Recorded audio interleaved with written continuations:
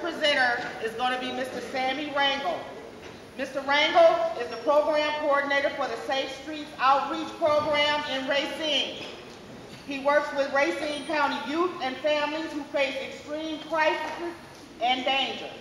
Oftentimes, these youth are involved in gang, drug, and criminal activities that place them at risk for incarceration, addiction, or worse. In 2004, Sammy graduated with presidential honors from Gateway Technical College in Racine. In 2006, Mr. Rangel received the Martin Luther King Award from UW-Parkside for his community service in Racine. In 2008, he graduated from Carthage College with a Bachelors of Social Work degree with a minor in psychology.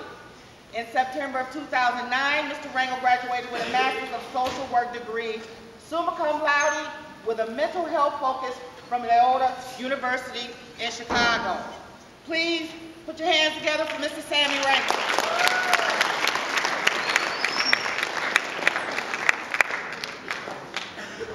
I want you to think about how old you were 11 years ago. So I would assume 11 years ago, might have been around 8 or 9, maybe 10, I don't know. 11 years ago, I walked out of prison here in Wisconsin for the last time in my life.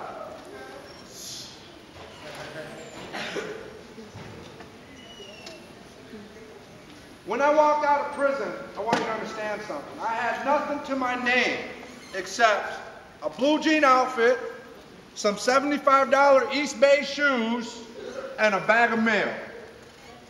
In addition to that, I had a bad reputation. The only thing people knew about me was that I was an ex-gang member who had spent more than half his life in 2 different states, all over those states, in different prisons, foster cares, group homes, mental institutions. The only thing they knew about me was that I was violent, aggressive, and a career criminal. When I went to prison the first time, as an adult, it was in 1987. And that was for stealing a car in Illinois. In Illinois, you become an adult at 17. You don't have to get waived. You're automatically an adult. Those first 6 years, between 11 and 17, I lived on the streets of Chicago and areas around Chicago because we moved around a lot. Now, although those days were rough on me, the roughest years were the first 11 years. Those first 11 years, I lived in a house where I got the crap beat out of me every day. I wasn't allowed to eat. I wasn't allowed to sleep. I didn't have a bedroom. I had 2 pairs of pants and a shirt to my name. My mom went out to the Goodwill and bought me some wool pants, bowling shoes, and a shirt. And those were my pajamas. Those were my school clothes. That was all I had to my name. When I was 3 and my sister was 5, my mother's brother raped me and her together. You said rape or Raped. Raped. He sexually assaulted me and my sister, and I had to watch and she had to watch. And when we told my mom what the hell happened, she did absolutely nothing. In fact, she did worse than nothing. Not only did she not believe us, she kept making us go around this man. And when we told my grandma, hoping that she would do something, she didn't believe us. Right then and there, at a very young age, I realized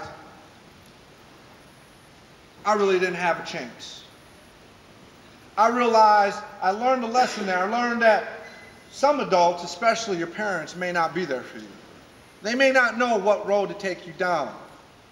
They may not know how to defend you, and they may refuse to do those things for you. My mother was 4 months pregnant with me when she beat my brother, who was 20 months old, with a Tonka truck. She fractured his skull and caused paralysis down the right side of his body. She paralyzed him on the right side. She hit him so hard that his hand got crippled and his leg got crippled.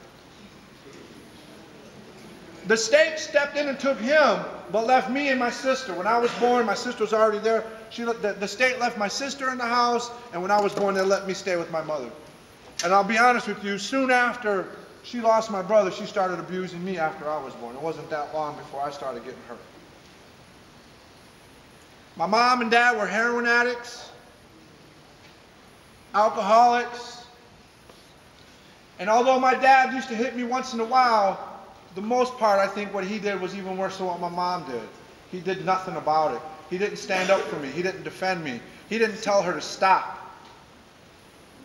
And that hurt just as much as what my mom was doing, if not more. So you can imagine when I left home at 11, the kind of anger, the kind of frustration, and the kind of pain I had inside my heart.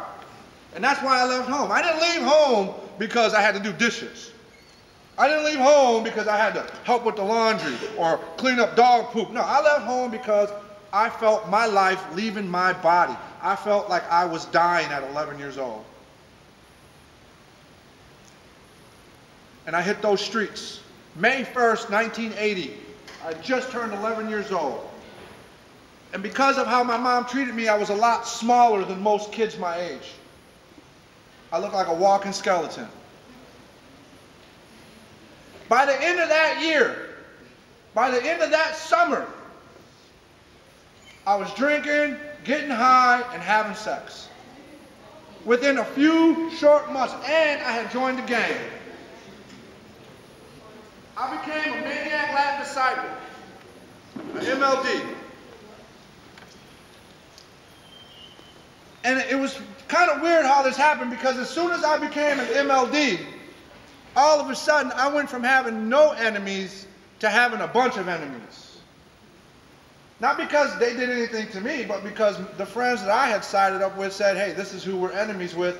And I just assumed that they knew what they were talking about. So I said, oh, okay. Although the gangs were violent, I had grown up with violence, so it wasn't that big of a stretch for me. It didn't feel that weird to me that we got to fight. That I'm always in danger. I didn't feel like that was anything new to me. In fact, I felt like those first 11 years, it kind of prepared me for the streets. Soon thereafter, I dropped out of school. I was in the 5th or 6th grade at the time, and I dropped out. I wasn't going to go back to school.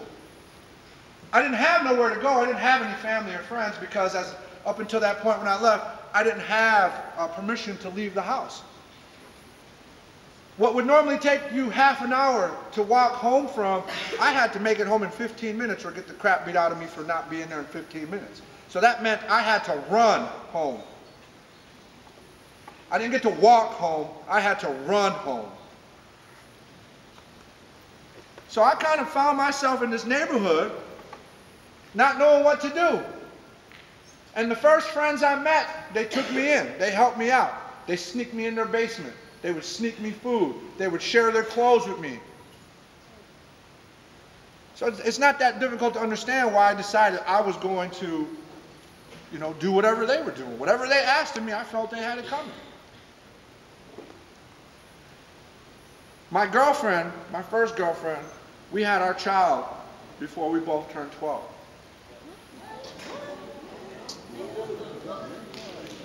I can't say the F word, neither can you.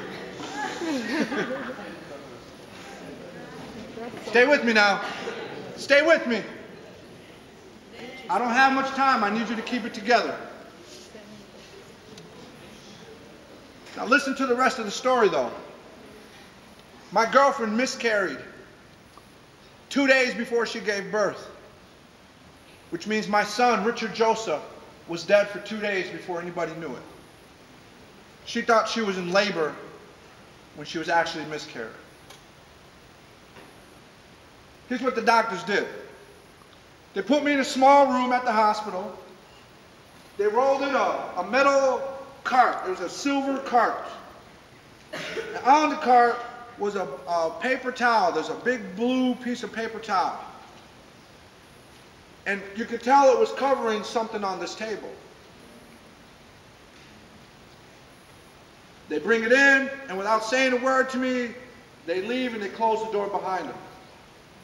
Me and this cart. Now I knew what it was, but I didn't want to believe what it was. I didn't want to think that. Nobody had told me what was going on. I just kind of knew something really bad was about to happen. And I lifted up that paper towel, and there was my son, dead, already decomposing. He didn't look like a healthy baby. He was green and blue and black. When I saw that, all I could hear myself doing was screaming inside. And I ran out of the hospital. I really don't remember much, but I do remember I ended up on top of a building drinking some vodka, trying to jump off this building, trying to get drunk enough where I could kill myself because I did not want to live with that image in my head.